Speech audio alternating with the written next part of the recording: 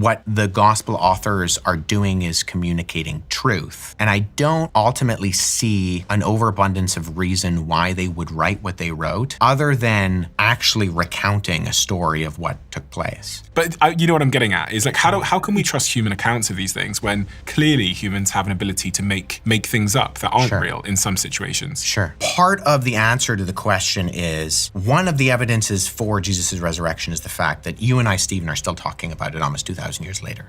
The difference is that there are these other messianic movements that happen in the ancient world. And so Simon Bar Giora. The reason why we're not talking about Simon Bar Giora as a messianic figure is because he died and his movement died with him. And his disciples didn't go out and then proclaim his continued message until, to their own detriment. So I would say a few things. I would say liars make poor martyrs, in that you will die for something you believe is true, but the chances of you dying for something you know is not true are less likely.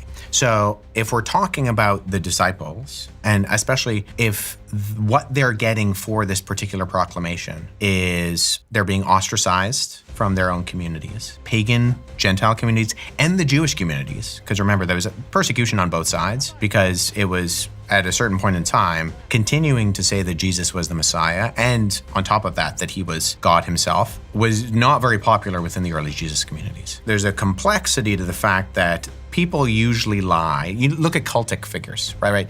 Cult leaders usually do things for prominence, or money, or sex, or influence. The interesting thing about the early disciples is they get none of that. In fact, they almost get the complete opposite of that, in that Jesus says, you're going to be persecuted.